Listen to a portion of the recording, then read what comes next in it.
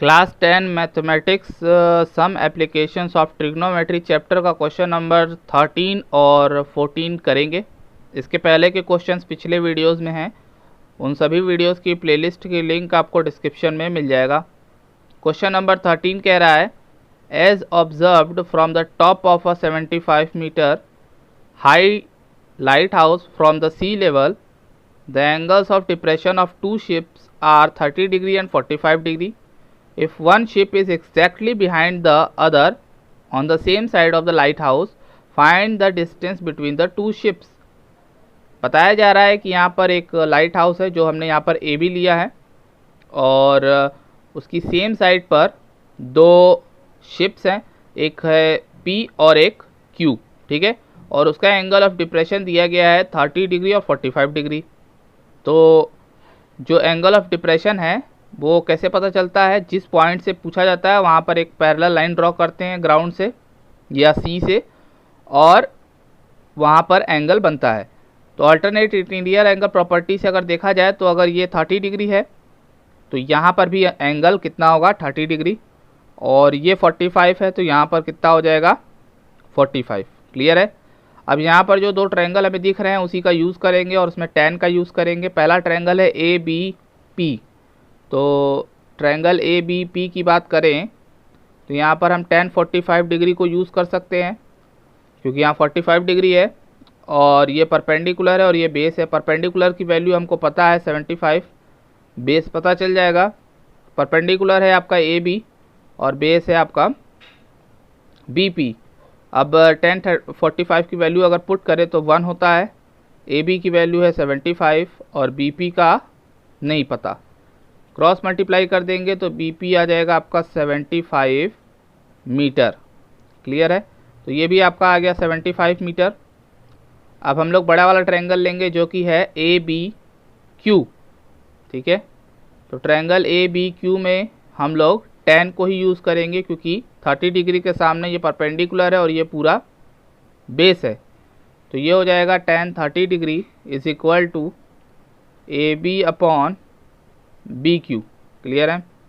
tan 30 की बात करें तो आपको फॉर्मूला से पता होगा कि इसकी वैल्यू होती है 1/√3 और ए बी का वैल्यू यहाँ पर देखें तो 75 है और बी क्यू को अगर आप देखोगे तो वो B P plus P Q के इक्वल है।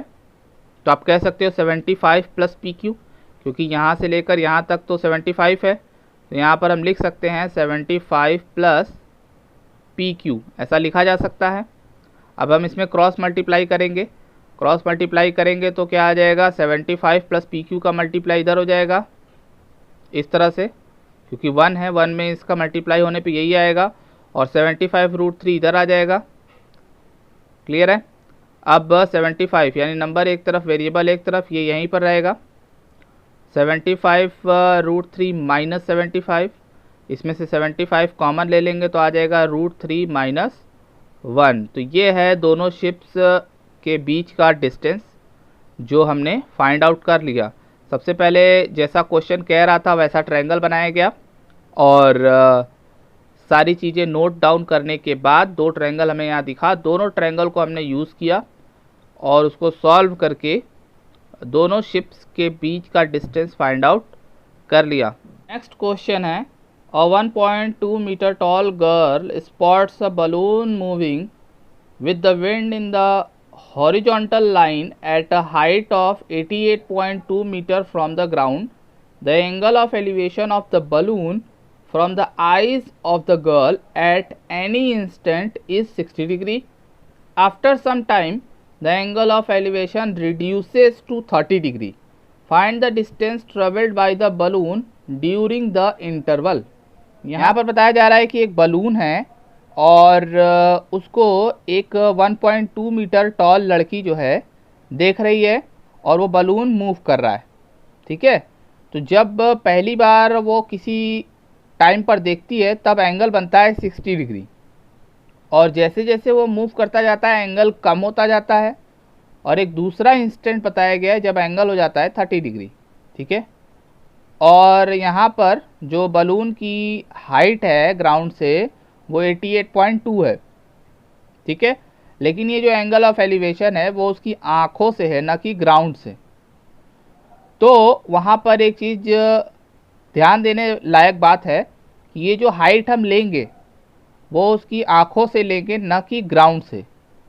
यानी यहाँ पर RT जो है वो टोटल हाइट है, लेकिन जब हम ट्रायंगल यूज़ करेंगे, चाहे वो ट्रायंगल APQ हो या ARS हो, ठीक है ना, तो उसमें हमें RS की वैल्यू लिखनी पड़ेगी, जो कि RT में से ST को माइनस करने पे आएगा। तो यहाँ पर हम सबसे पहले निकाल लेते हैं कि RS की वैल्यू क्या होगी। ये जो RS है ये हाइट है आँख से, मतलब यहाँ पे अगर आँख की सीधी लाइन में अगर यहाँ ड्रॉ करें तो ये एक्चुअल में उसकी आँखों की हाइट है और बलून की हाइट। तो ये हमें पता करना होता है, जो कि कैसे आएगा, टोटल में से ST को माइनस कर देंगे। टोटल है आपका 88.2 और ST आपका कितना है, AB के इक्वल, जो कि 1.2 है। अब इसको माइनस करेंगे तो ये आ जाएगा 87 मीटर। अब पहला ट्रायंगल लेंगे PAQ। तो PAQ में अगर देखा जाए तो 10 ही यूज़ करेंगे। क्यों? क्योंकि 60 डिग्री के सामने ये परपेंडिकुलर है और ये बेस है। क्लियर है?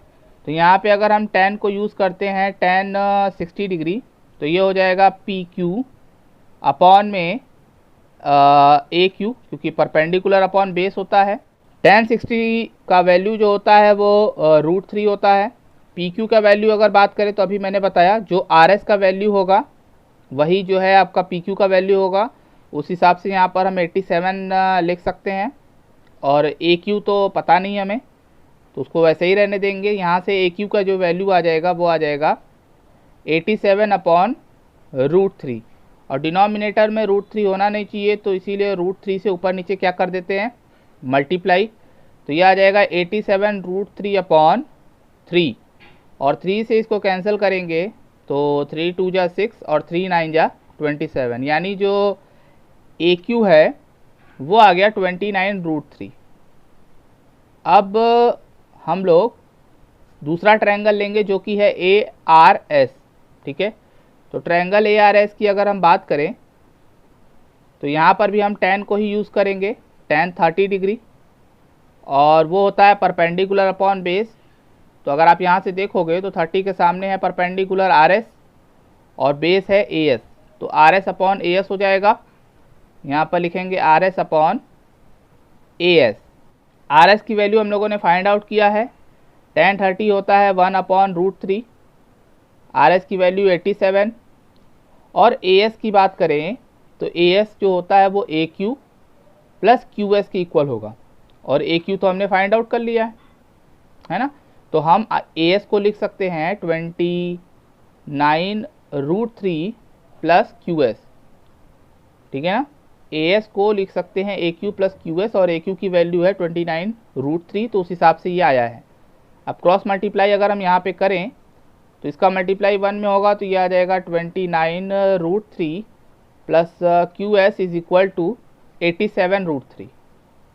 वेरिएबल एक तरफ, नंबर एक तरफ, तो ये कोई क्या हो जाएगा, 87 √3 माइनस 29 √3। अब इसमें देखेंगे तो √3 कॉमन आ जाएगा, और 87 में से 29 को माइनस कर देंगे तो 58 √3।